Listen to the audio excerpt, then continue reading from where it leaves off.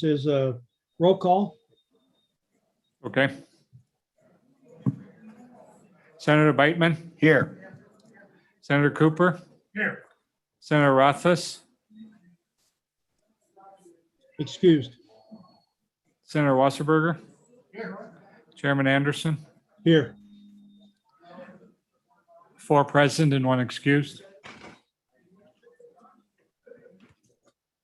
Okay, thank you.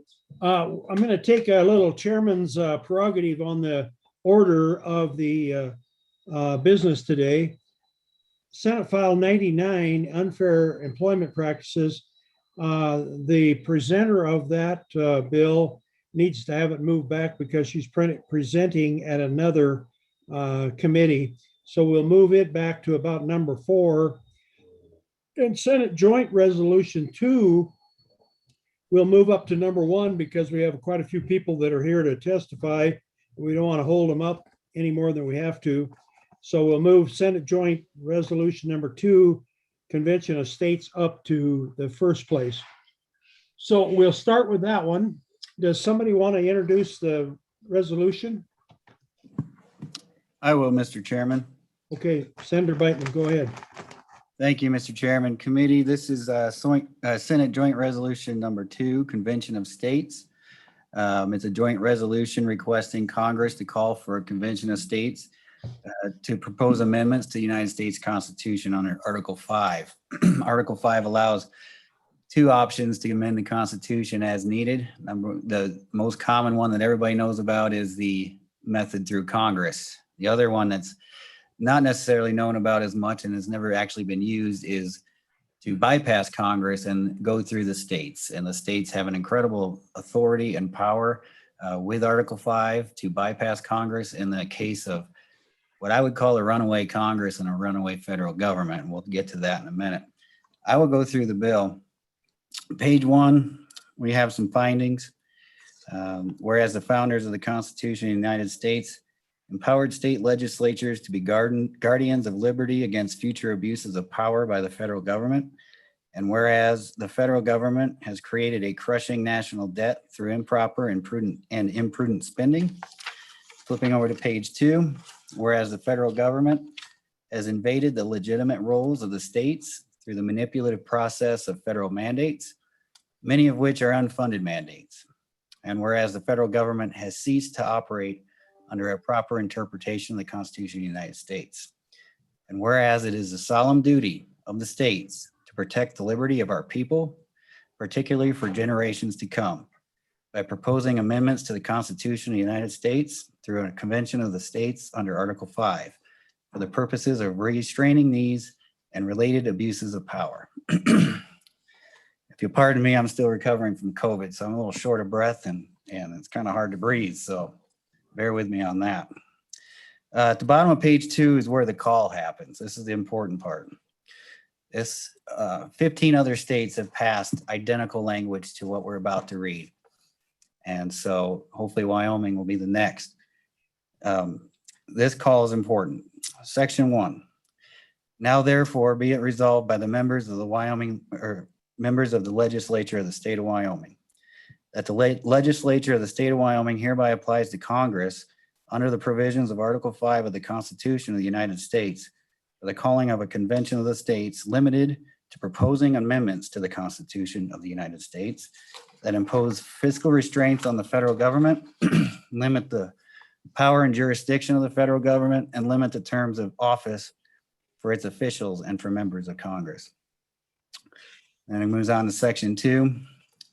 The legislature of the state adopts the application under Section 1 of this joint resolution expressly subject and to the following reservations, understandings, and declarations. Number 1, an application to the Congress of the United States to call a convention of the states pursuant to Article 5 for this purpose of proposing amendments to the Constitution confers no power to Congress other than the power to call the convention. The power of Congress to exercise this ministerial duty consists solely of the authority to name a reasonable time and place for the initial meeting of a convention. Number 2, Congress shall call an amendment convention of the states only upon the receipt of applications for an amendment convention for the substantially same purpose, this application, from 2/3 of the legislatures of the several states. And it goes on to limit Congress in number 3. Congress does not have the power or authority to determine any rules for the governing of an amendment convention in the United States, of the states, called pursuant to Article 5. We don't have the authority to set the number of delegates, nor does it have the power to name delegates to a convention. These are all important safeguards. Number 4, by definition, convention of the states to propose amendments to the Constitution means that states shall vote on the basis of one state, one vote. Moving on to number 5, convention of the states to propose amendments to the Constitution convened pursuant to this application shall be limited to the consideration of the topics specified in this joint resolution and no other. This application is made with the express understanding that an amendment in any way seeks to amend, modify, or repeal any provision of the Bill of Rights shall not be authorized for consideration. And it goes on to talk about the ratification process, number 6, whether it be through the legislatures of the several states or by special state ratification conventions. And number 7, the legislature may provide further instructions to its delegates and may recall its delegates at any time for a breach of duty or violation of the instructions provided. Section 3 talks about the application process constitutes a continuing application in accordance with Article 5 till the legislatures of at least 2/3 of the several states have made applications on the same subject. And Section 4 instructs the Secretary of State to transmit copies of this resolution to the appropriate parties. Mr. Chairman, that's the bill. I know there's a lot of people here that want to testify on and against the bill. And I'll turn it over to you, Mr. Chairman, for that, if anybody wishes to make any comments. Thank you, sir. Thank you. Thank you, Senator. Good job. Good job on introducing that bill. We'll open it up for public comment now, and I'd like to go for and against, if you could get that figured out so that we don't just have all against or all for the resolution. So who wants to be first? Go ahead. Come up to the microphone, please. Come up to the microphone and identify yourself so everybody knows who you are. Yes, sir. Thank you, Senator Anderson and the Committee for Minerals. We appreciate the opportunity to be here, and I especially appreciate the opportunity to be here. I am here with some Excuse me, friends today. excuse me, sir. Would you Can please? you please introduce identify yourself? yourself? Would you? Oh, I'm sorry. Yeah. Name is Dave Lockman, 73 years old and a 50-year resident of the state of Wyoming. So I'm no youngster for Wyoming. Anyway, I come here with 5 friends today that represent, interestingly, going clear back to the time of George Washington at Valley Forge. Ron's grandfather, 11 generations ago, served right under General Washington at Valley Forge. And that Declaration of Independence became the forerunner of what became the Articles of Confederation and the Constitution and Bill of Rights of the United States of America. My father served in World War II in all 13 theaters of the South Pacific. He taught flag etiquette all through his life to schools and so on. He started a war memorial in Brighton, Colorado. Ron's dad landed on Normandy Beach, so went through a lot of heck when he was there. My brother, Ron, served in Vietnam, and we're concerned about, our families spent a lot of their lives and families defending our Constitution. And we're very concerned, all of us, about the future of our Constitution based on what's happening today in Washington, D.C. We have a lot of coffee time together. I and my friends talking about this in the mornings, the ones that are retired anyway. I just retired a couple of years ago. And that's why we're here today.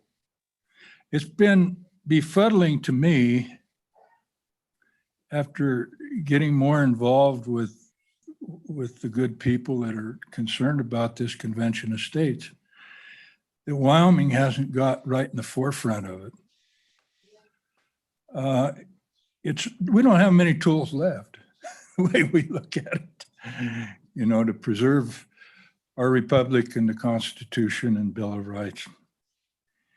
And so we'd appreciate anything you could do to help us along them lines, so that our kids and grandkids can have a future in this great country. And we don't have a lot of options left. We look at it, and this is something the states can do. That in the ballot box, if hopefully we can keep it from changing the rules there. But anyway, we thank you for letting us speak, and we'd appreciate your yes vote. And for you to get out behind with your colleagues in the Senate and House and really get this thing going. Thank you. Hey, thank you, Mr. Lockman, and your party of five. Thank you very much. Mr. Chairman, Yes. do we have anybody on Zoom waiting in the wait room? Because I think Mr. Meckler wanted to speak and he's on Zoom, I believe. And Rihanna, is he in there? I'm sorry, Senator Brightman, repeat his name again. There's 27 attendees. Oh, wow. Okay. Mr. Mark Meckler from Convention of States.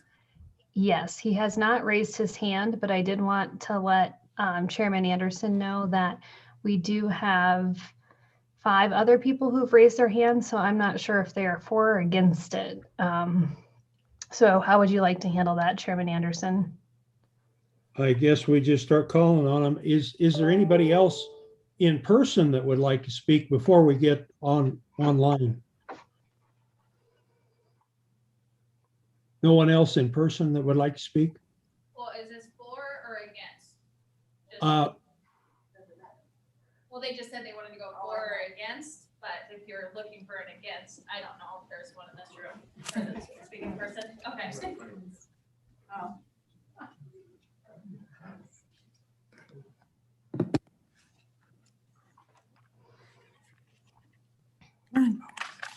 State your name and Yes, my name is Leah Southwell, Southwell. Mr. Chairman and committee members, I have a bit of a unique and important personal story to tell you. And I'll attempt to make it as short as possible as it pertains to this resolution and the good intentions behind it.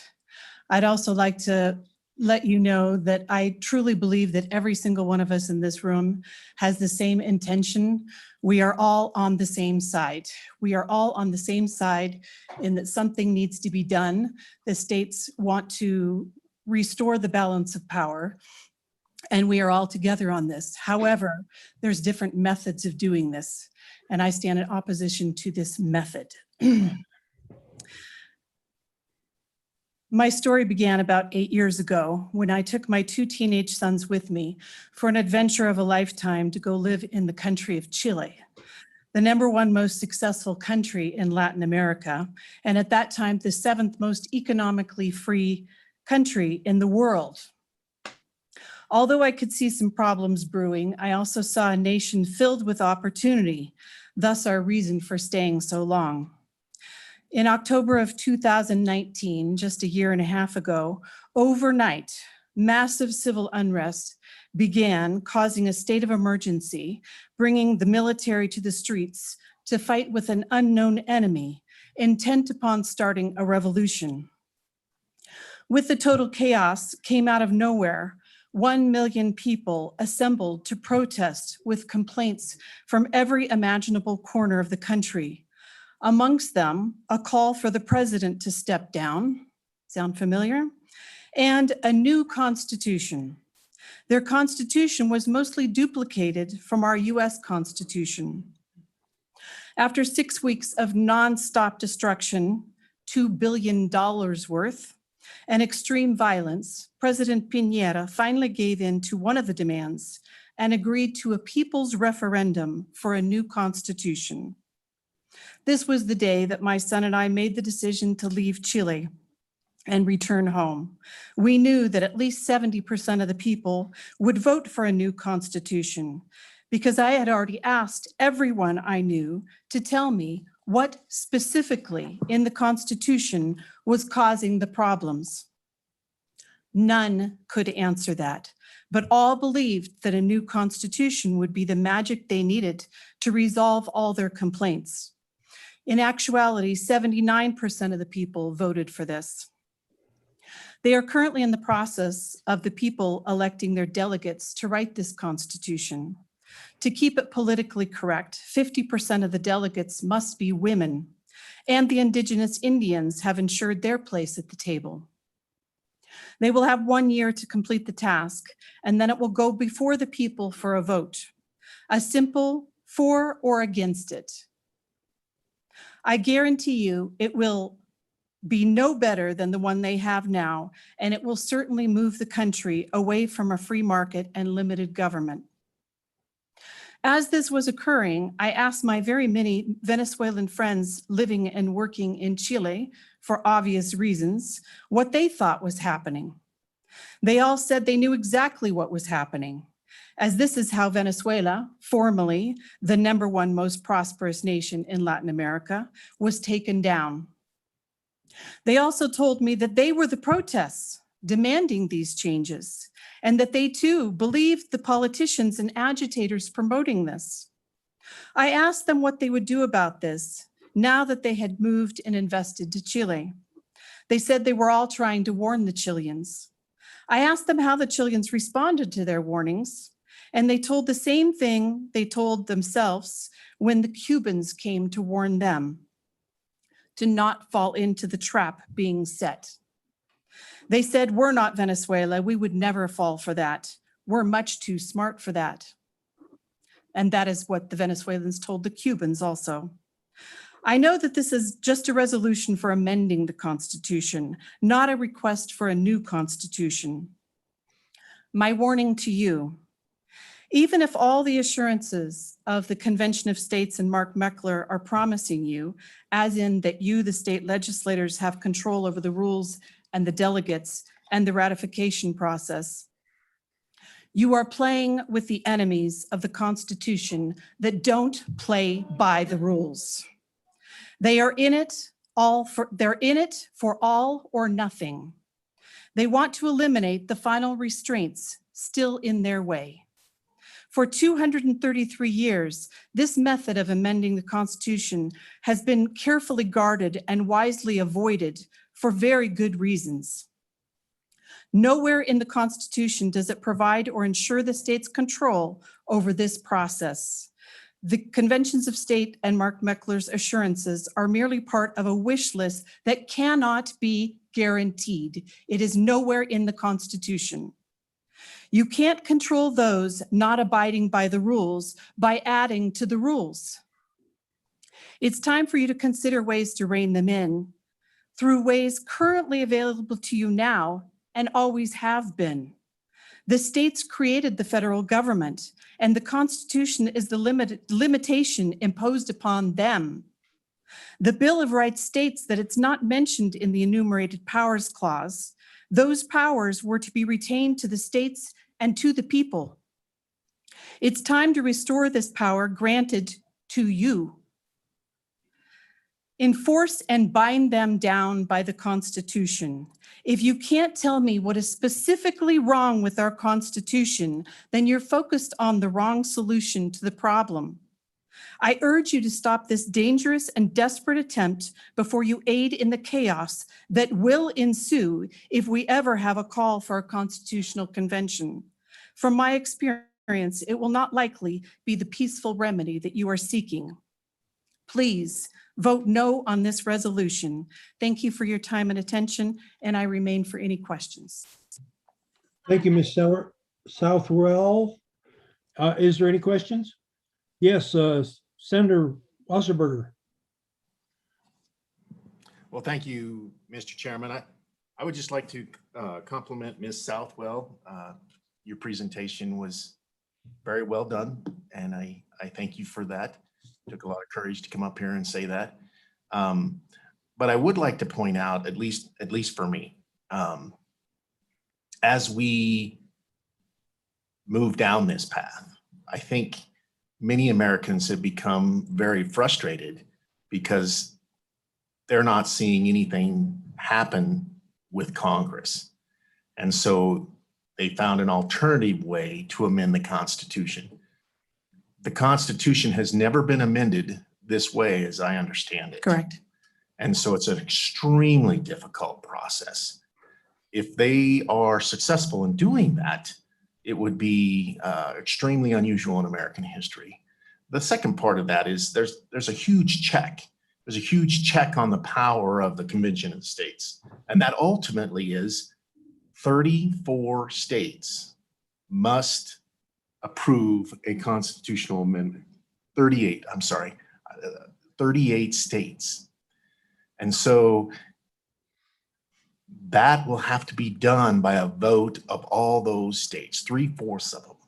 Okay, and so I think there's an appropriate check in the Constitution by our founding fathers. And so I guess I'm not really worried about a runaway convention, because each one of those amendments will have to be passed by a vote of the people. And we need to remember there's only 27 amendments, and we've been around for 230 odd years. So it's very difficult. I think the last I checked, I used to teach American government at Campbell County High School, but the last time I checked, there were about 5,000 proposed amendments. There's probably a lot more than that now.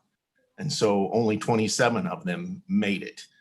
And so 10 of those were with the Bill of Rights that were done immediately after the adoption of the Constitution. So it even looks more difficult. And so I just wanted to thank you for your testimony, and appreciate your time. May I comment on that? Sure. Okay. I'd like to remind you that in 1787, we had the Articles of Confederation, Right. and the representatives of each state were sent with specific instructions. One of them was that the ratification process was that all states, all 13 unanimously must ratify any amendments to the Articles of Confederation. And yet when they went into that conference, it was a closed door session. They closed the door, no one knew what was happening. And in that convention, the ratification process was changed. Right. They went against the rules that they were sent there with. So if our delegates are sent with the expectation of a 3/4 majority to ratify this, what's going to stop those delegates from a closed door session and changing the ratification to a simple majority of the states? Something like that. What would stop them from doing the same that they did in the last convention? Well, thank you, Mr. Chairman. Can I have a follow-up, please? Sure. Thank you, Mr. Chairman. Well, the answer for that is quite simply that the 38 states is in the Constitution itself. So that would have to be a constitutional amendment that would have to be voted on. I don't believe the convention can change the Constitution without a constitutional amendment. So it still would be 38 states, at least in my mind. Mr. Chairman, may I respond? Sure. What happened with the Articles of Confederation was they went in to amend the Articles of Confederation. What they ended up doing was throwing out our government form and recreating something new. What's to prevent that from happening again? Okay. Is there any other questions for Ms. Southwell? Any other questions? Other questions? Mr. Chairman, this is Senator Rothfuss. Oh, Senator Rothfuss, yes. Thank you, Mr. Chairman. Mr. Chairman, I would like to thank you for your testimony also, and I share the concerns that you've presented as well. The quick question I would have for you is, you mentioned Chile and you mentioned Venezuela. did they have protections in place that they thought would protect them from the same types of concerns that you're raising here? Excellent question. And yes, Ms. thank you. for Southwell, would asking. you like to answer that? Yes, I'm sorry, Mr. Chairman. Uh-huh. Excellent question. Yes, in fact, the one aspect that they wanted to make the first change to in Venezuela was that they had a supermajority of 2/3 majority that had to pass thing. That was the first thing that they went after and eliminated. And at that moment, they could no longer control communism from taking over. Thank you, Mr. Chairman. And Mr. Chairman, just Any one other- note, if I may. Go ahead. We're relying on rules and a belief that everybody will follow rules when they get to this circumstance of a Article 5 convention. I look around this room right now of the proponents, and far less than half of you are wearing masks, which is the rule that we have right now. Do you see the shields, folks? The shields are a supplement that allows the folks up here to be screened. You'll see when you came in signs that said that all of you are obligated to be wearing masks. So when we contemplate the protection of rules and advocate by folks that won't follow the simple ones, it's a challenge. Thank you, Mr. Chairman. Yes. Any other questions for Ms. Southwell? Other questions? Other questions? Hearing none. Thank you, Ms. Southwell, for your testimony. Thank you very much for coming today in person and presenting to us. Is there some more from the public that would like to speak to the committee in the room? One more? Mr. Chairman, may I take off my mask? Thank you, Senator Office. My name is Steve Dewar. I've lived in Wyoming about 40 years, been a lawyer about 40 years, an energy law lawyer working in Jackson, but most of the time living in Sublette County. With all due respect, that last testimony, in my opinion, indicates a profound misunderstanding of Article 5. Article 5 is in the Constitution. Article 5 is the pressure release that our founders intended for times like this, when our federal government is the tyrant. Article 5 and a convention of states could release the political powder keg that we saw on January 6th, where people are completely frustrated with their federal government and don't know what to do. Nothing justifies violence. But Article 5 is intended to give our leaders an opportunity to talk about solutions to the present problems. I'm from Teton County. Recently, Teton County was characterized in a book called Billionaire Wilderness. Might go too far because of the good philanthropy in Teton County, but it seems in this country, the wealthier people become, the more political elite they become, the more they are like the West and East Coast. They have no connection with the flyover states, with the red states, with the working people. Some call them the forgotten, like us. Political elite in Teton County with no connection to Wyoming's working people like Liz Cheney. So I have 7 kids. Please refrain from referring to personal and persons. Keep it on a professional level, please, sir. Thank you. So anyway, I apologize if that was inappropriate, if true. So I have 7 kids, 7 grandchildren. I've been involved with Convention of States since 2014. I got involved primarily because of what I saw was the runaway Congress spending trillions of dollars. When I testified in 2017 at the House Judiciary Committee hearing, I had this Time Magazine article on the front cover of this Time Magazine article from May of 2016. It said, what would it take for the 330 million Americans to make America solvent? The number then was a $14 trillion national deficit. The number on the front of Time magazine is roughly $43,000 per individual to make our country solvent. That was 2016. We've had Republicans and Democrats contributed to this problem. In the last 4 years, before COVID, we were at 28 trillion. Roughly in 4 years, our national deficit doubled. Now the House has passed a new COVID relief bill, almost 2 trillion. Of that, 91% has nothing to do with COVID.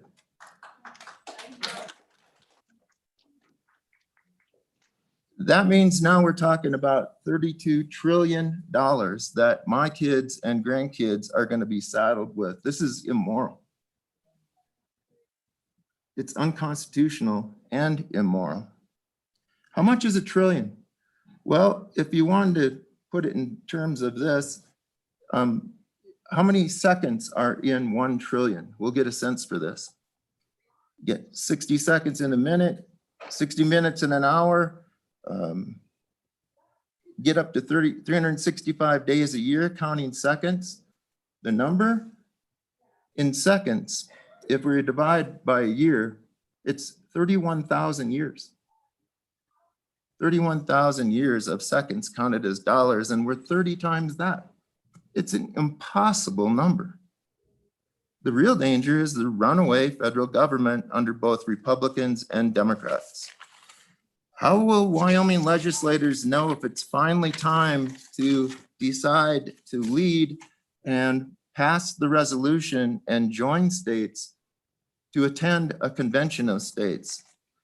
Wyoming legislators will know it's time when the federal government on day one threw away our energy independence, destroyed our energy independence, and crushed Wyoming's energy industry. We'll know it's time to meet with other states to discuss solutions to this.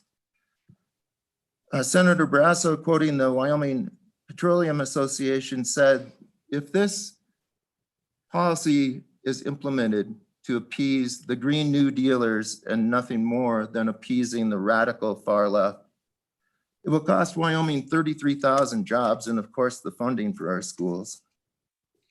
Mr. Hero, are you about to wrap up? We've got a lot of speakers. Thank you. We do appreciate your information and all your notes and research, but we do need to move on. Mr. Chairman, may I say one thing? You bet, you bet. The other lady seemed to have quite a bit of latitude. We've seen a letter circulated from a friend of mine whom I respect, former Representative Halverson, and she is talking about, and I say this without condescension, but she's talking about 3 reasons why Wyoming should be against a convention of states. She used these arguments in 2017 on the House floor. 1, she says, it's naive to think that in a convention of states, amendments will be proposed that will impose on the federal government fiscal restraints. It's naive. And the reason it's naive is because both Republicans and Democrats are used to spending billions and trillions, and it's the lifeblood of politics in Washington, D.C. Well, just because it's naive doesn't mean we shouldn't try. She also says term limits. If you want an example why term limits won't work, look at California. That was her explanation. It doesn't work in California. It doesn't work in California because California has what the federal government has with a one-party system. If the federal government passes HR1 and S1, it's a one-party system. Of course, term limits don't work. And then she talks about nullification as a preferred method. Well, nullification is not a constitutional remedy like Article 5. Article 5 is in the Constitution. It's a method of amending the Constitution prepared for just this time when, what if the federal government is the tyrant? That's where we are. Nullification didn't work for the South, but led to the Civil War. Article 5 could disarm the political power keg that our country is facing. Please help us get to a convention of states. Thank you for your time. Thank you, Mr. Huber. That was very good. That was very good. Anyone else in the audience that'd like to speak? And remember, try to keep your remarks limited so that we can get through all these people. We have a limited amount of time.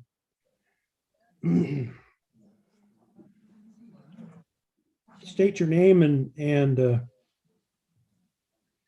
My name is Rod Guile, Pine Haven, Wyoming. I'm a volunteer for the Convention States Project. I had some handouts and I guess by your protocol, can't do it. I would definitely like to email it to you. yep.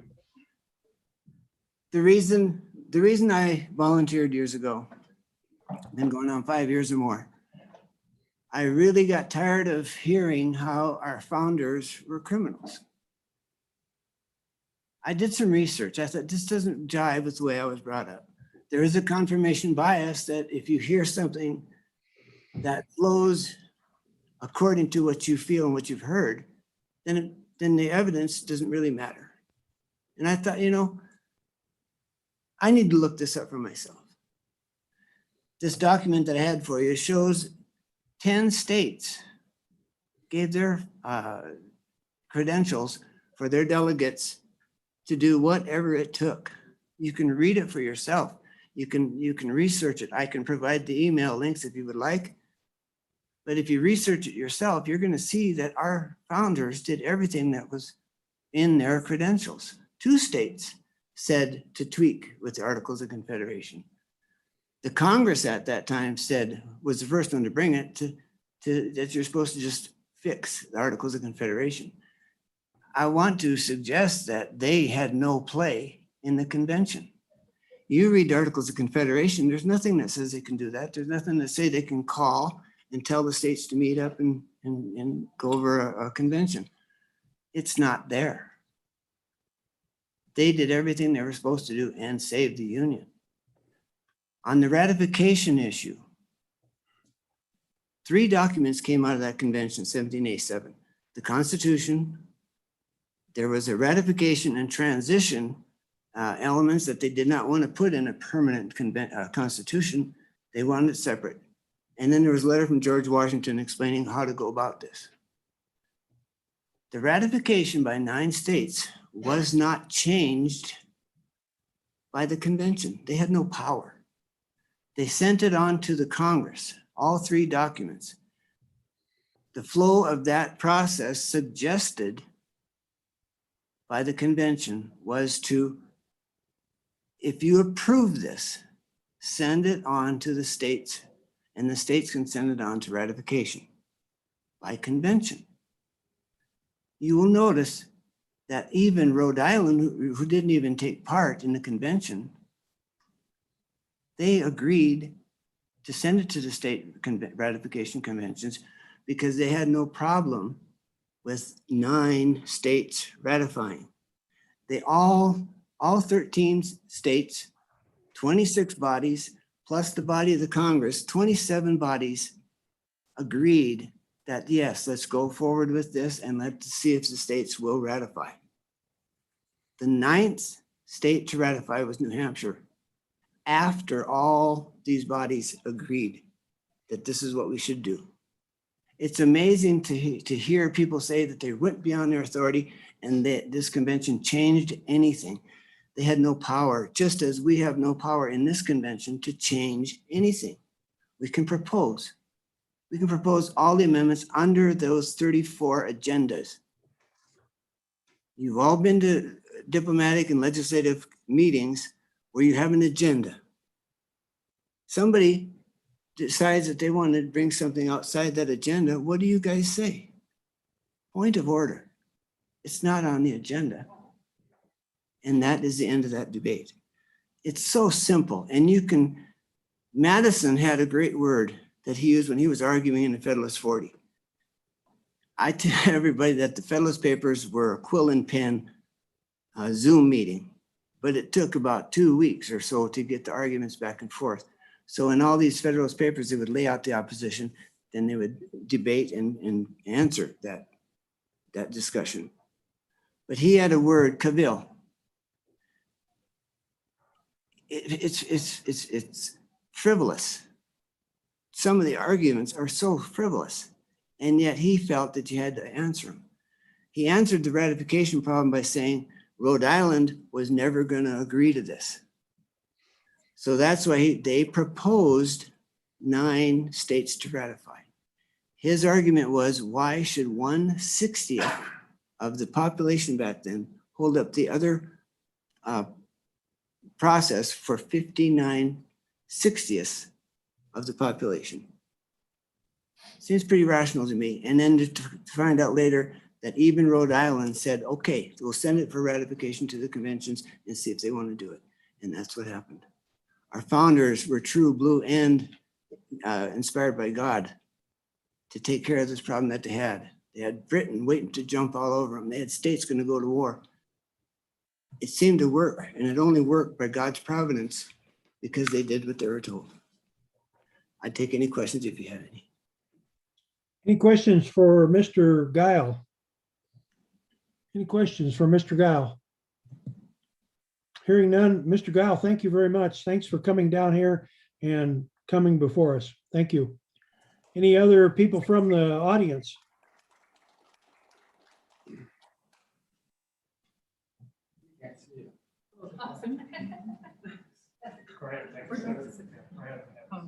Thank you.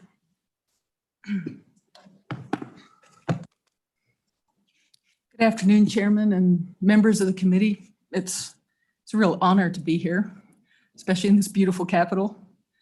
My name is Julie Baker, and I'm a volunteer with Convention of States. And I'm not going to talk about process, but just about my feelings about, why I want the Convention of States. Our state legislators, you're our friends and our neighbors.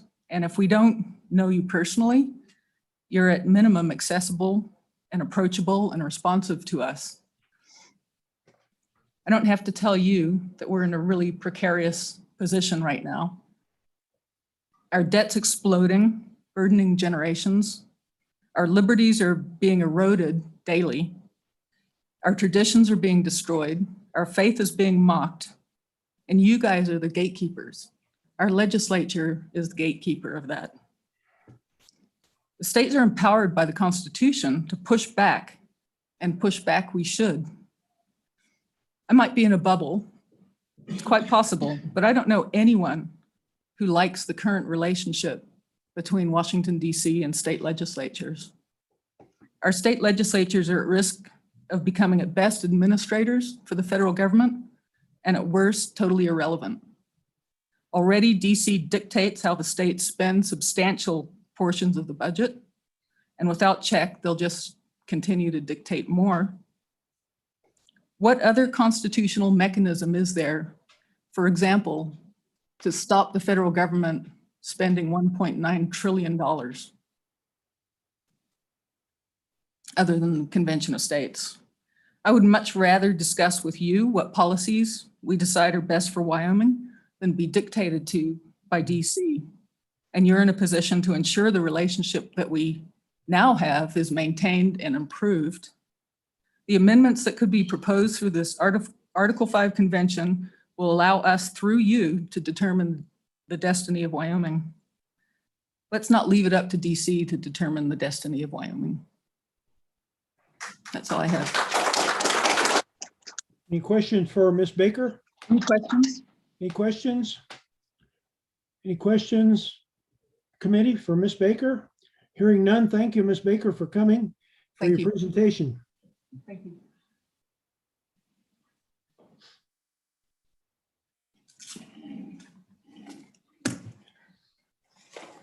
Thank you, Mr. Chairman. Mr. Chair and committee for hearing me. My name's Clancy Fairchild. I live here in Wyoming. I haven't lived here very long. I'm a retired vet. I gave 22 years defending the Constitution. I'm not an enemy of it, and I take offense to that immensely.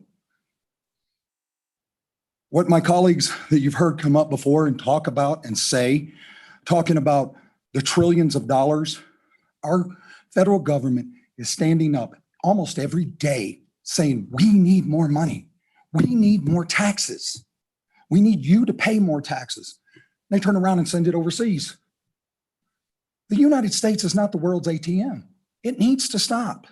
And we're asking you to help us make it stop. I mean, look at HR 5 that they're looking to pass, which takes more parental control away from the parents. I've got 3 sons. Thank God they're all grown, but I worry about what world we're going to leave them. But right now, a minor can have an abortion without discussing that with their parents. That's wrong. Whether you're on or against abortion, it's wrong that a minor can choose to have electoral surgery like that. It needs to stop. That's the overreach of the government. And they've been doing it so much, the federal government. I'm not trying to get in an argument with you gentlemen right now on that. We need the convention. It seems to be the last. I haven't been with the convention very long. I've known about it. I've followed it. But with current events happening, it's forced us to come forward here. And we're submitting this, asking you to help us. Before things get worse, you saw the run on the Capitol in DC. I don't want to see that again. It broke my heart. I support and defend the Constitution. But these people that did that, part of them feel marginalized, where they don't have a voice. The media is censoring them. They're being told, no, you didn't see what you didn't see. The courts won't hear them. What options we got left, guys? Help me. That's all we're asking. And I thank you for your time. Any questions for Mr. Fairchild? Yeah, I have a question, Mr. Chairman. Yep, there's one. Thank you, Mr. Send it Chairman. back. Yes, Mr. Fairchild, thank you for your You're welcome. service. Thank you. God bless you, sir. How does it make you feel when you hear the opposition try to scare the Convention of States people into not doing anything, basically? Fear is debilitating with all the what ifs. You're coming to me emotionally pleading for help. Help, let us help you, right? That's Yes, sir. what you're saying. So how does it feel when you hear those scare tactics to try to shut you down? Explain to me, sir, how that makes you feel. It makes me angry. It makes me upset. It makes me worried. There's a whole book full of emotions that I could throw out there for you guys. But the one thing I would really like to point out, we have no other option. We've tried it the other way for how many years? 230 some, you said. What has it gotten us? Has it made it? No. To do the same thing over and over and over again is the very definition of insanity. I'm not insane, are y'all? I mean, seriously. But those are the way it makes me feel, sir. Other questions for Mr. Fairchild? Mr. Other Chairman, questions? Yes, Chris, thanks. Senator Rothfuss. Sir, I wanted to follow up on that. As the opposition, it's certainly not my intention to be attacking anyone in this room or thinking anything bad of any of you. I know that all of your motivations and intentions are the same as mine. Better for the country, trying to make things work. I appreciate your service as well. So I hope nobody thinks that we're on opposite sides in terms of the overall objective of really making things better for everyone. And I wouldn't suggest that of your motivations under any circumstance. The question I have, sir, is, and this is the concern that really is at the core for me, if we can't elect folks to the US Congress that can do what we want them to do, how can we choose folks to go to this convention that will do what we want them to do? And why would we expect better outcomes? I mean, we have a system of election.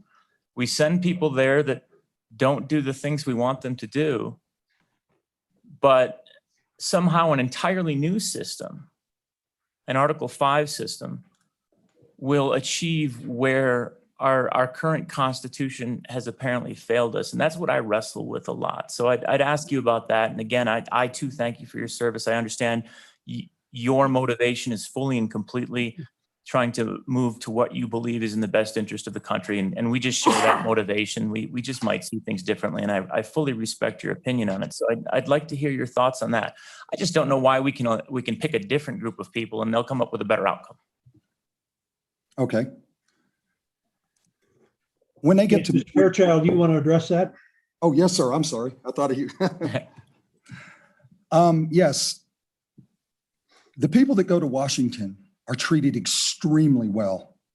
That's one of the arguments I've had with people in our own group here. They're civil servants, yet they're treated like royalty. And they've been treating like royalty for so long, they actually think they are. If you treat somebody long enough, they actually begin to think it on it.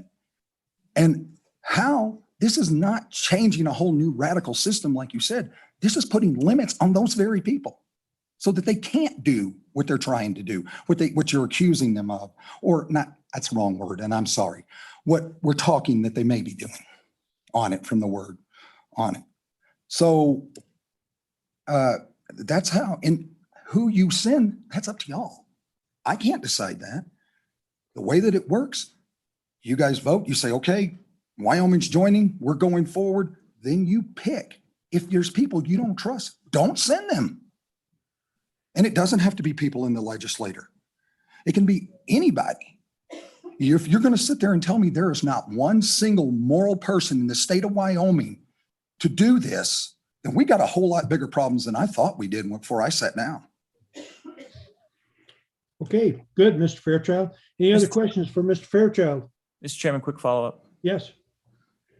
And, you know, I understand that, but I guess the challenge back would be if we've got these exceptional folks that should be making the decision on how we would rewrite the Constitution, let's just send them to Washington, D.C. first and make them our legislators. So they can get corrupted, so that they can get swayed and treated like royalty. And Mr. Chairman, I would say at that point, yeah, point of order, go ahead. I apologize. Point of order, Mr. Chairman, I'm just a old-time country boy that needs people to address the chair and to talk through the chairman, if they would, please, Mr. Chairman, if you would do that for me, I would appreciate it. And Mr. Chairman, sir, and again, the Constitution provides the solution for that, which is send them home when you don't trust them anymore. And vote me out of office when you don't like me. And I kind of feel like right now a lot of you might do that if you could. But Mr. Chairman, that's the mechanism is the first thing I would say. And then the question I have, what if this convention doesn't come back with the amendments that you want, but comes back, for example, with a constitutional amendment that I can absolutely see proposed for the state of Wyoming, which is most of the rest of the states are pretty angry that we have 3 electoral votes for 580,000 people. So imagine that one comes back, which says, all right, let's get rid of the electoral college. Let's try and find a way where we can have the Senate be proportionate with the number of people in the state. And really a lot of other states are going to like that. What's the thought then, if that's a popular amendment with other states, but clearly not in the best interest of Wyoming? Mr. Fairchild, do you want to answer that? Yes, sir. Thank you. Sir, 34 states must agree on the agenda. Yeah. Just before it to happen. If any other agenda is tried to propose, it's thrown out. It can't be done. They have to then turn around. They have to come here and sit before you and say, we want another constitutional convention. Here's our agenda. So that's the checks. There's many checks and balances in this process. And I'd also like to point out, you said the Constitution gives us the right to send the people. It also gives us this right. Our founding fathers put that in there as a tool for us to use. And they were very smart men. And if you think you're smarter than them, I would say that you're probably, there's an old saying, if you think you're the smartest guy in the room, you're probably not. Our founding fathers were giants and they knew what they were doing. Thank you, Mr. Fairchild. Be sure and keep this on a non-personal level. I was Any other questions for Mr. Fairchild? Any other questions? Hearing none. Thank you, Mr. Fairchild, for coming and your testimony. Thank you very much. Any other comments from the attendants? Come on up. Yeah.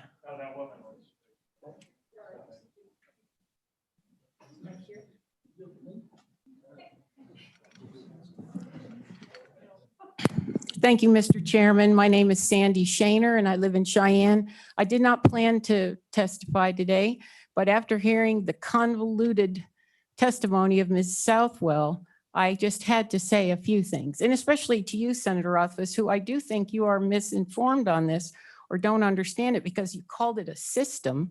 It's not a system. I have this feeling that there's an ego involved in here, and that's why people don't want to vote for it, because they think that we, the people, and using Article 5 are trying to take away your job to make a decision about something. Well, we, the people, should have the right to do that anyway, but when Ms. Southwell talked about Chile and Venezuela, that's the way we feel. We're in that situation right now. We want to get out of it. We've just fallen. You can see things are falling. People are out of jobs. People froze to death in Texas. That was totally unnecessary. It's the riots, the anarchists that are given credibility now. We have anarchists who are perfectly fine. Riots in this, did you not see the riots? Now, I do find out that many people that I know did not know about the riots all summer up in Seattle and Oregon. They weren't aware of it because they only watched MSNBC, and I guess it wasn't reported, I don't know. But when, say, President Trump was going to send the National Guard in to help with the riots, to help save lives and help people from losing their buildings being burned down, the Democrat governors told them, don't you dare send those troops in here. But then, of course, we had 30,000 National Guard troops to defend the Capitol, which is so ironic. Talk about nullification. The Democrat governors used it to create sanctuary cities, sanctuary states. It's whatever, whenever whoever is in charge wants to use it. They're going to use their states' rights when there's a, well, in this case, it was the Democrats are using it against the Republican in the presidency. And now that they're there, they want to have everything federal because that's where they're in control. Now we have a huge fence and wall all the way around the Capitol. Anyway, and also as far as runaway spending goes, the new COVID relief bill, $1.9 trillion. Yes, I don't remember the percentage, but it is something like 9% is for COVID relief. There are the most outrageous things in that bill to build a subway for Silicon Valley, the richest, most notorious people in our country. We're supposed to pay to build them a subway? Come on, this is insanity. And you guys know it and you should know it. And that's the whole reason for this, is to try to have some say in this runaway spending. And like that attorney that spoke earlier, we're concerned for, Mr. Chairman, we're concerned for our children, our grandchildren, our great-grandchildren. And we are not going in the right direction right now, as you can see. So you say we're all on the same page, we all want the best for the country. No, I don't think so. Not when we have the whole state of Texas frozen to death and we have thousands upon thousands of people out of work. Do you know, I just learned after being in the oil and gas business for 43 years that the state of New York imports natural gas from Russia because Chuck Schumer doesn't want to have a pipeline from the neighboring state, Pennsylvania. Can you imagine such nonsense? Talk about worrying about a carbon footprint. What about the tankers that are hauling that gas all the way from Russia? It's absurd. That's what we're trying to do. We want to have some say. This is absolutely outrageous. That's all. I just had to speak. It was just too convoluted. And also when Ms. Southwell said this wasn't in the Constitution, well, that's completely false. It is in the Constitution. Okay, Thank you, Ms. Mr. Shaner, thank you for your time. Is there any questions for Ms. Shaner? Any questions for Ms. Shaner? Thank you, Ms. Shaner. Thank you for coming forward. Is there anyone else? Anyone else in the audience? Anyone else in the audience? Oh, there is one. Give us your name and Hello, Mr. Chairman, my name and committee members, my name is Mark Russell. I am from Story, Wyoming. And over the last 10 years, I have been, thank you for this opportunity. Over the last 10 years, I've had the opportunity to work with politicians running for office. One of my passions is to train and equip politicians to be effective in running their campaigns. And I came across this Convention of States, and I I was curious about it. And I'm just want to share a little bit about my educational process. I watched a lot of the opposition that you're hearing against Convention of States. And so I camped out there for a while. And then I went over to the other side to Convention of States. And I went over there, and I honestly, I was on the fence for quite a while because I want the next generation to succeed. I want to keep our freedoms, keep our liberty. We all love America in this room. I want to thank Ms. Southwell, or if I mispronounced her name, I'm sorry. I love the discussion. I love opposition. I love getting into the nitty-gritty of things, and we can't let this be emotionally charged. We have to learn how to disagree on things and keep it to the point, keep the main thing the main thing. The thing I want to take a different route as what I plan to talk about today, and that is that one of the things that I looked at when it comes to my decision to support Convention of States is that I just looked and saw, okay, so who's supporting Convention of States? And, you know, you see big names like Ben Shapiro, Lieutenant Colonel West, Charlie Kirk, Senator Rand Paul, Governor Greg Abbott, Sean Hannity, Ben Carson, Mike Huckabee. And then getting into the point of, well, how do we assure the people that we elect are going to do the right thing? Well, that comes to the great people like Morton Blackwell, who started Leadership Institute, who is going to equip candidates to be effective in office. And so the thing is, I know even the opposition we all can agree on, we need fiscal restraints on the federal government, restraints on federal power, term limits on the, federal officials. And I've studied a lot of the Constitution. I don't want to get into the mechanics of that, but this has been a big learning endeavor for myself. And there's just plenty there. I just don't see how someone could say I'm for the Constitution, but yet speak against the Constitution in the same breath. And so our framers were smart people, and they knew exactly what was going to happen. And they saw the tyranny, what was happening with Great Britain. They looked way back in history. They predicted all these things. I mean, as far as what they could see at that time, they're great people. And with that said, that's all I have. I appreciate this opportunity. Right, Mr. Russell, thank you very much. Is there any questions for Mr. Russell? Any questions for Mr. Russell? Hearing none, thank you, Mr. Russell. Thank you for your testimony.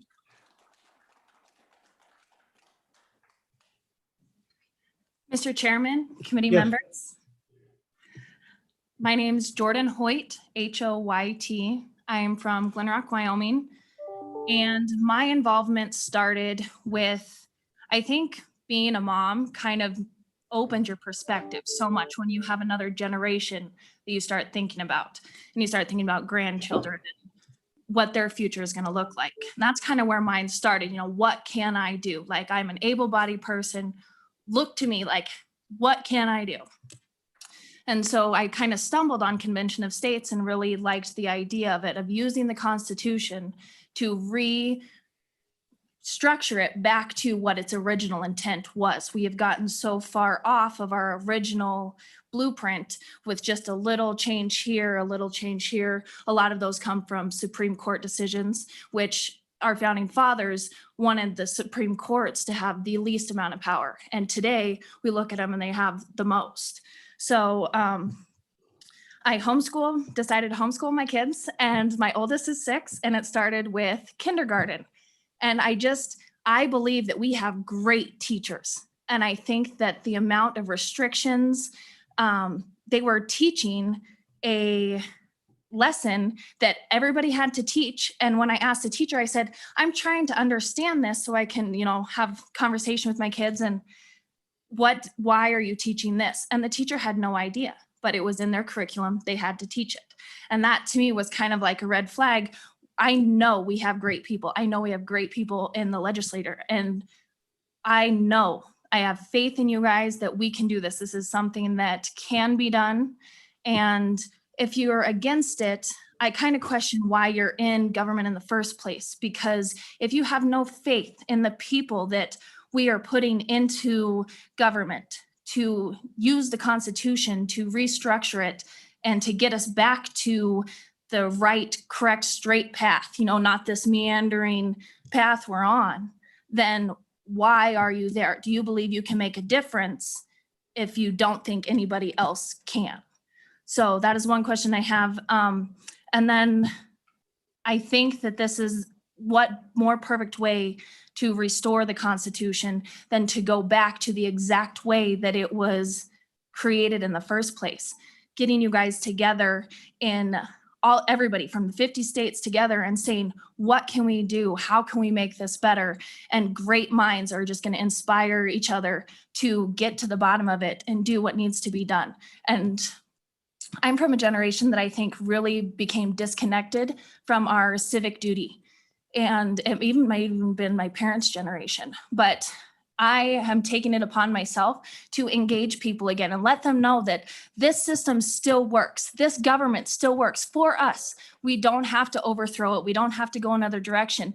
Get involved, get informed, get educated. And I know Convention of States is going to take some time.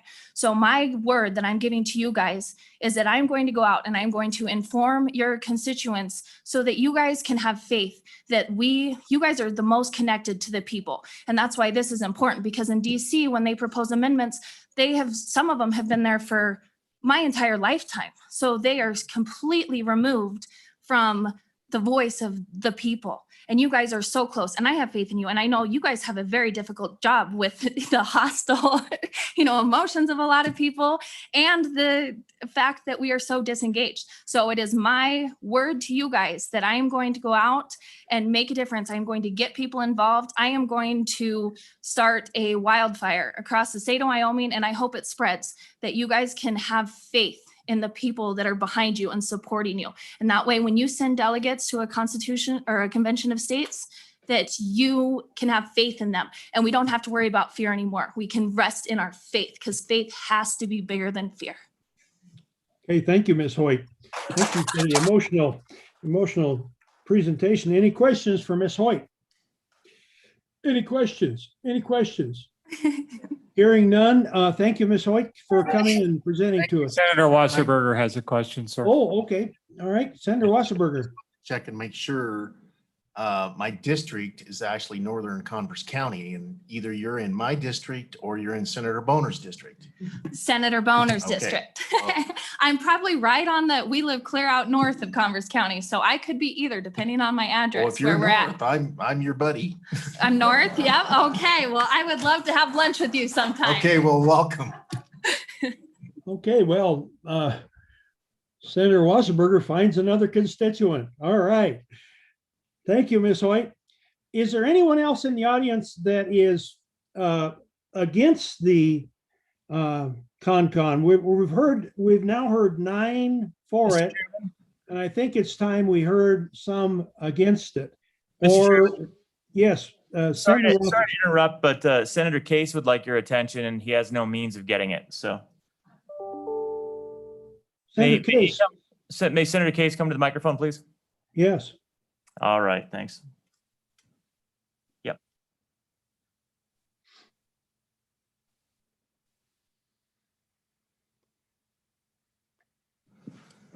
Thank you very much, Mr. Chairman, and thank you, Senators. I kind of think back, can you imagine how exciting it was to have the early formation of this country and prior to the Constitutional Convention and afterwards, and the high level of interest and intellect that the populace had? And can you imagine being there when the Federalist Papers were coming out and having, going to the coffee shop and having the Federalist Papers there, and you talk about it with these people, and can you imagine what that was like as we wrestled with the, coming at the kind of the end of the torturous forming of this country, which must have been just hellacious when you think about the differences of opinion when we decided to split with Great Britain. And I just can't imagine. So I look at this and I think, it can't be that bad what we have now. I do find that what we're seeing is a bifurcated country in a very dramatic way that I think is harmful and hurtful. I see colleagues that represent different sides of that. And we're in Wyoming, and so we're kind of unique. We still talk to each other. We still try to work it out. And, you know, our nation is very, very polarized. But I'm trying to think, what would be the benefits to our nation to have this dialogue about reasserting the balance between states and the federal government? It was a very important balance that was carefully crafted, and that was one of the major issues in the formation of our government, was to offset the land and territory and local governments versus high population centers. And you know what that is? That is the equivalent of the red versus blue today in a lot of ways. Not exclusively, there are blue people in red states and red people in blue states, and it's okay. But this is a crux of that discussion again, in a crucible that we need to work it out. We need to work it out in a way that's not tweets, and it's not disrespectful, and it's debated at the coffee shops, and we move forward. I believe this provides that opportunity with the safety valves in the Constitution. I am not worried about a runaway convention. I realize that the country is mostly blue now, and that we are possibly going into a convention, a historic convention in a blue country. That doesn't bother me. I'll tell you why. It is because of the process itself. First, we have the call for the convention. It takes 2/3 of the states to do that. Up to the eve of the convention, there has to be 2/3. The morning of the opening of the convention, there has to be 2/3 that support it. If at any time in that journey, and that'll be a long journey, and we'll talk about it in coffee shops, and we'll say, look at what these guys are proposing, look what those guys are proposing. States can say, whoa, it's going in the wrong direction. I rescind our call. We could do it ourselves in the Wyoming legislature with a special session. We can call ourselves in. And if we needed to, we could. Oh my gosh. And so that's important.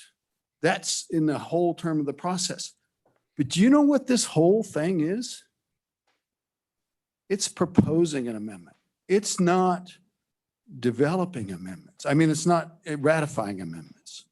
So that the work of the convention, which might last weeks, it might last hours, but I think the weeks is better, and that having these discussions, our version of Federalist Papers and people understanding their government and talking about the balance of power between the states and the federal government is very healthy. But supposing it goes south, in our opinion, or what I might think, then we get a chance to look at it again. Because unless we would have the opportunity, if state ratification is the method, that we would be one of 3/4 of states. Now flip that around. It only takes 1/4 of the states to say, no, that is our safety valve. You know, I'm convinced that our structure has been in place so long with an increasing federal side to the balance of power that no one even really realizes it. We've just kind of gradually gone down the slope. And what our founding fathers, they made a few mistakes. They did not imagine about popular political support behind someone. They didn't imagine you could get elected repeatedly. They did not imagine political parties. Some of them did, but political parties were kind of they were really frowned upon, and it was really hoped that the political parties wouldn't hijack the country. I don't think they could imagine a thing like safe districts, like campaign finance, or how much it costs to run for election. These are kind of the reasons that perhaps we just can't recall our guys back there and send somebody new. So, trust. I think there are extremists on both sides. And I think this is actually a middle of the road proposal. I hope it's one of many things where we discuss reforms to our country. I think it's really good to talk about fiscal responsibility. It really is okay to talk about whether people have been in office too long and whether it's too powerful. There's nothing wrong with that. I hope you'll support it. And if you support it for now, and then we get on the eve of the convention, Wyoming does not have to maintain, and we have rescinded the orders before. So, thank you guys. Thank you, Mr. Chairman. I hope you're feeling better. Thank you. Thank you, Senator Case. Thank you for any questions for Senator Case? Any questions for Senator Case? Hearing none. Is there anyone else in the audience that is opposed to it? Representative Larson, I'm going to wait until I see if there's somebody else that is opposed to this bill. We've had 9 now for it. We're a little out of balance here. So there's no one else in the audience that's opposed. Let's hear from one more person that's for it, which I'm assuming that's Representative Larson. Mr. Chairman, it's my understanding that there are people virtually that have their hand raised that are opposed to it. So when we get done with Representative Larson, maybe you can open up to the virtual testimony people. All right. Sounds good. Representative Larson. Mr. Chairman. From you. Thank you, Mr. Chairman. I just want to get here and tell you I support this bill totally. Been at it for ever since I came, 6 years. We got the balanced budget amendment passed a couple years ago. We got a delegate limitation act passed a couple years ago. We can control who we send there, and I think we just need to get one started, and the states need to take back their control of this government, and more than likely the feds will see that we're very close, and they'll do something because they don't want us to know that we have some power. So that's all my testimony. I sure hope it gets out of committee and get it over to the other side. Any questions for Representative Larson? Any questions for Representative Larson? Just a quick comment. And at least when I was teaching American history, Campbell County High School, I spent a lot of time studying all of the constitutional conventions and the amendments. I saw that in a time where there was a lot of pressure in the public, like we're seeing now, the opportunity to release some pressure, this was a great way to do that. And I feel, at least watching the United States, that there's that kind of volatility in our communities, that people are angry and upset. And so I see this as a great way to relieve some pressure and to talk about things. And I'm with Senator Case on exactly what he said. And typically what had happened in the 17 amendments after the Bill of Rights, there was that much pressure, and then finally Congress acted. And so, because they want the credit for it. And that's okay. I don't have a problem with that as long as we can get it. So just a comment, Mr. Chairman. Yep. All right. Wouldn't you agree? Yeah. I'm going to apologize to the other 2 representatives that are here. I'm going to cut you off. I've got 10 in favor of this bill now, and only 1 that is in the opposition. So I'm going to go to the virtual and ask for some of the opposition to the bill, and so that the committee has both sides of this view. So thank you for coming, though. We appreciate it. And Rihanna, can you give me some of the virtual ones? Yes, Mr. Chairman, I'm admitting them, and I don't know who's for or against it, but I will have them brought in, and then when they can turn their camera on, and then you can call on them as necessary. So I'll just bring everyone in because it's hard to tell who's for or against it virtually. Okay, virtually, you heard me. I want to call on the people that are against the bill because we've had 10 people say they are for it and heard their testimony. So I want to hear some testimony against it before we close this public comment. So can you give me an indication? I think I know Marty Halverson, I think you're opposed. So can you go ahead, Marty, please? Yes, thank you, Mr. Chairman. And the basis for my testimony today is that there is nothing wrong with our current Constitution. That I am coming from that place. And my good friend from Teton County gave you a little hint as to my testimony. And but I'm going to proceed as if he hadn't. I strongly oppose this resolution and ask for your nay vote. The first call, imposing fiscal restraints on the federal government. It's an admirable goal, but naive. To think that an amendment to this current Constitution is going to restrain any administration with a printing press at its disposal. The Office of Management and Budget, the House and Senate Budget Committees, House and Senate Ways and Means Committees, and other actors involved in this country's fiscal and budget policies are capable of such smoke and mirrors that any restraint imposed by the Constitution will become just another hurdle to work around. A recent example is President Obama claiming that the PPACA was, quote, paid for, while hiding the fact that $750 million was being stolen from Medicare to pay for it. Crafty government officials and congressional staffers can spin a budget to fit any restraint a convention fantasizes it can impose. And do not doubt this. Any new attempt to fiscally restrain Washington, D.C. will be the excuse any administration needs to impose massive tax hikes. The second call, limit the power and jurisdiction of the federal government. The power of the federal government is already limited by Article 1, Section 8 of the original Constitution, plus the 9th Amendment and the 10th Amendment. I can't imagine what amendment could be brought that is more explicit or include more limitations than those.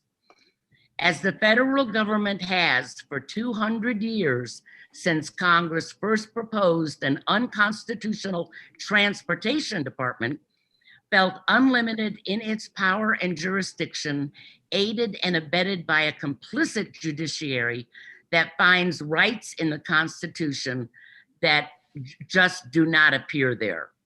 No amendment could possibly overcome congressional compulsions to act for the general welfare, even though that is only in the preamble.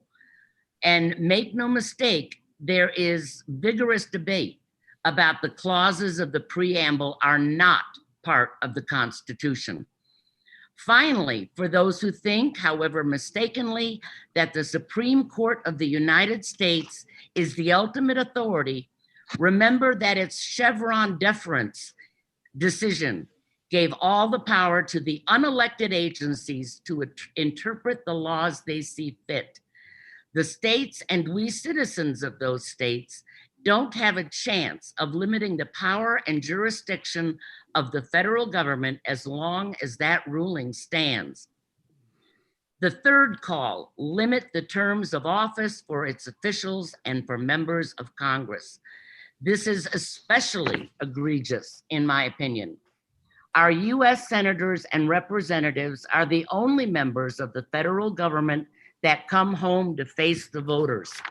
I stipulate that many of them are part of the numerous problems that have plagued our relationship with the federal government, but they are only one of many causes of the very serious congressional and governmental dysfunctions.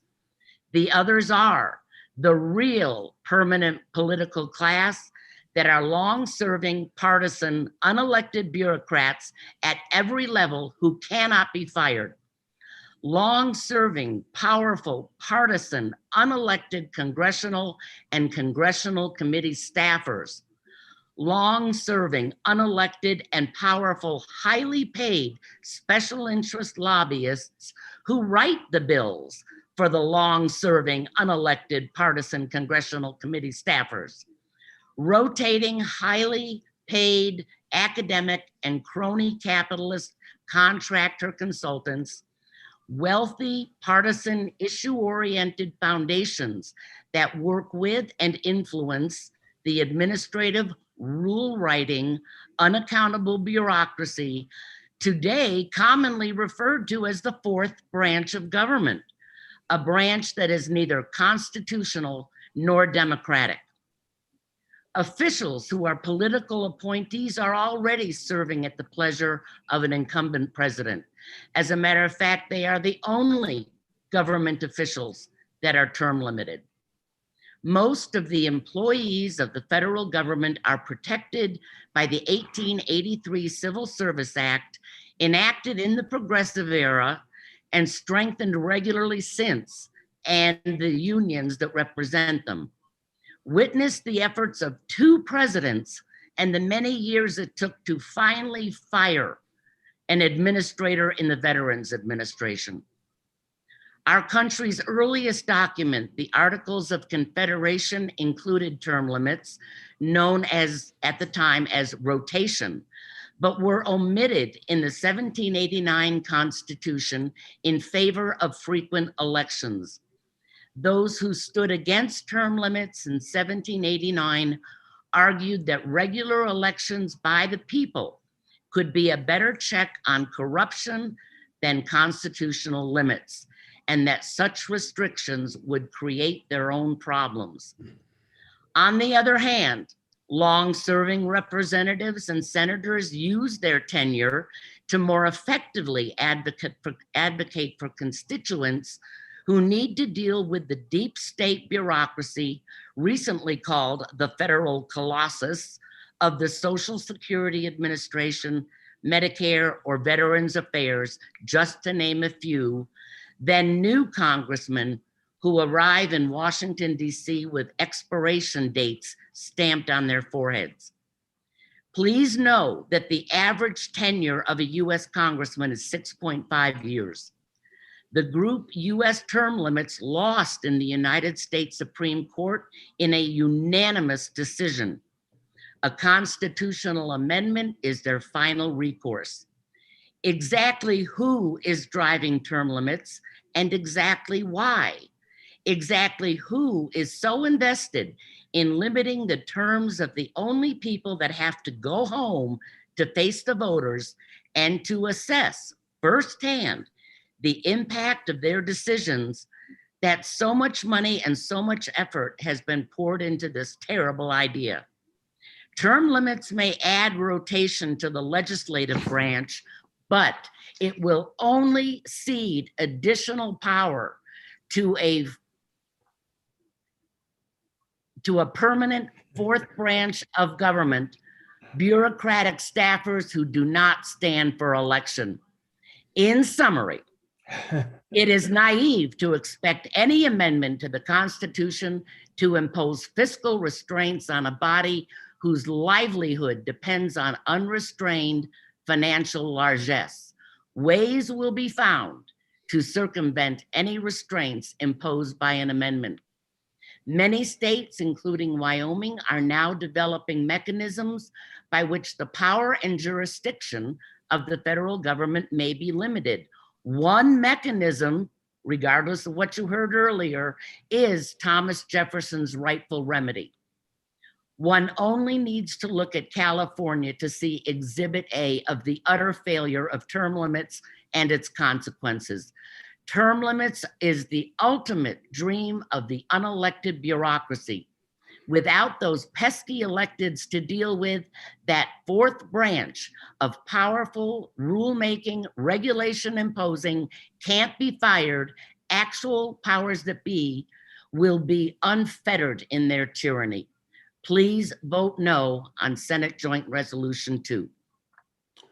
Any questions for Ms. Halverson. Any questions? Any questions? Hearing none. Marty, thank you very much for your testimony. We love to hear from you on any subject. Thank you, Mr. Chairman. Especially this one. Thank you. The rest of the people that are on the Zoom here, can you give me a thumbs up or a thumbs down as to where you're going with this? Okay, there's one down, there's one down, there's one down, there's one down. Quite a few downs. Okay, we'll get some more downs here. Kathy Ide, would you please go ahead? Can't hear you. Turn your microphone on, Kathy. Introduce yourself and go ahead. Okay, thank you, Mr. Chairman. Sorry about that. I'm losing my notes here. Today I would like to urge your no vote on the Convention of States bill. Even though the claim by Convention of States supporters would lead everyone to believe that an Article 5 convention can be limited, it cannot.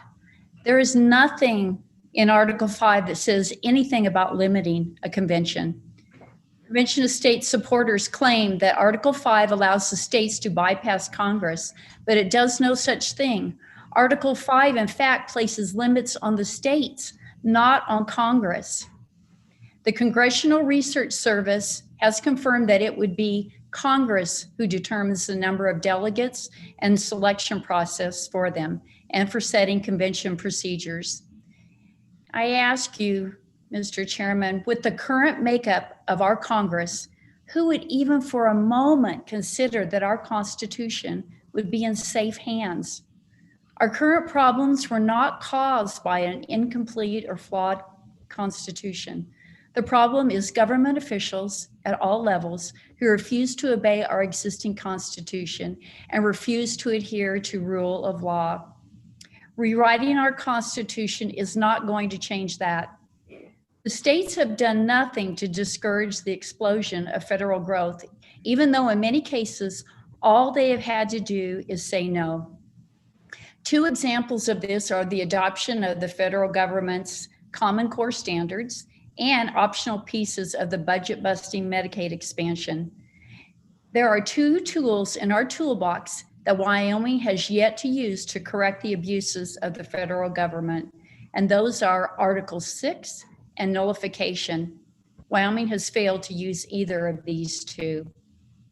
I sent out an email yesterday to our senators with a quote from President Calvin Coolidge, quote, "It is much more important to kill bad bills than to pass good ones," end quote. I believe this quote is so pertinent to the Convention of States bills. The risk of an Article 5 Convention of States has the potential to cause irreparable damage to our Constitution, damage that cannot be undone. I believe that this is a risk we can't take. So I would just urge your no vote on this bill. Thank you, Mr. Chairman. Thank you, Ms. Ide. Any questions for Ms. Ide? Any questions? Hearing none. Thank you, Kathy. Thank you for being with us today. Thank you, Mr. Chairman. Next is Scott Brown. Scott, would you introduce yourself? And yes, thank you. I'm Scott Brown from Lovell, Wyoming. In response to some of the, I do have a written testimony that I'll read, but in response to some of the comments that were made by those who are in favor of this legislation, I'd just like to pose a question. First make a statement, pose a question. The Second Amendment states, in part, the right of the people to keep and bear arms shall not be infringed. Now, that's an amendment that is already part of our Constitution. Yet, how many bills have passed our legislature or our Congress that have placed infringements upon our right to bear arms? And what right to bear arms infringements do we think the Biden administration is going to place upon us? So let's fast forward and say that we do have this Convention of States, And that in this convention of states, there's a bill that says that the United States government cannot exceed in spending what it brings in. If we look at how well the federal government has complied with the Second Amendment, why in the world would we ever think that that an amendment's going to stop them from overspending? So now I'll read my prepared.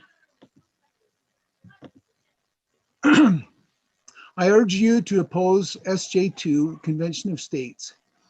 When Mark Levin first came out with his Liberty Amendments and his promotion of a Convention of States, I asked the question of how the states requiring more of the federal government by way of additional amendments would ever bring about the desired changes that our federal government is already violating, or when the federal government is already violating the Constitution in so many ways. Rather than give the federal government more amendments to adhere to, what we need to do is hold them to their original contract with the states, which is the Constitution, and hold them accountable for the breaches that they have already made to that contract. We need to remember that it was the states that created the federal government and not the other way around. The states need to hold the federal government to its enumerated roles, responsibilities, and powers. There is no better way to do this. There is a better way to do this than a risky constitutional convention. This better way will be introduced in the Wyoming House this week and is known as the Wyoming Sovereignty Act. And Wyoming will join a number of other states considering ways to push back against federal government overreach and outright violations of the Constitution. The Wyoming Sovereignty Act will provide for procedures to enforce the integrity of the United States Constitution. It will establish a standing joint committee on federalism, which will audit Wyoming's leadership, which will audit Wyoming's relationship with the federal government in accordance with that Constitution. It will establish procedures for declaration of unconstitutional federal actions, and it will require that all laws comply with the state and federal constitutions. Again, I urge you to oppose SJ2 and any form of constitutional convention, and I would then urge you to support the Wyoming Sovereignty Act. I yield. Okay, thank you, Mr. Brown. Is there any questions for Mr. Brown? Any questions for Mr. Brown? All right, thank you. Thank you for being with us today, Mr. Brown. We have a hard stop at 1:50, so I'm going to give one more speaker time here, but we're gonna cut it off at 1:50. So Tim Velder, how about you filling us out here? In the interest of time, I will not repeat some things that have already been said, but I do ask that you oppose SJ2. My name is Tim Velder of Sundance, Wyoming, and thank you, Mr. Chairman. There are no flaws in the Constitution that endanger our liberty. The flaws are the elected officials and their staffs.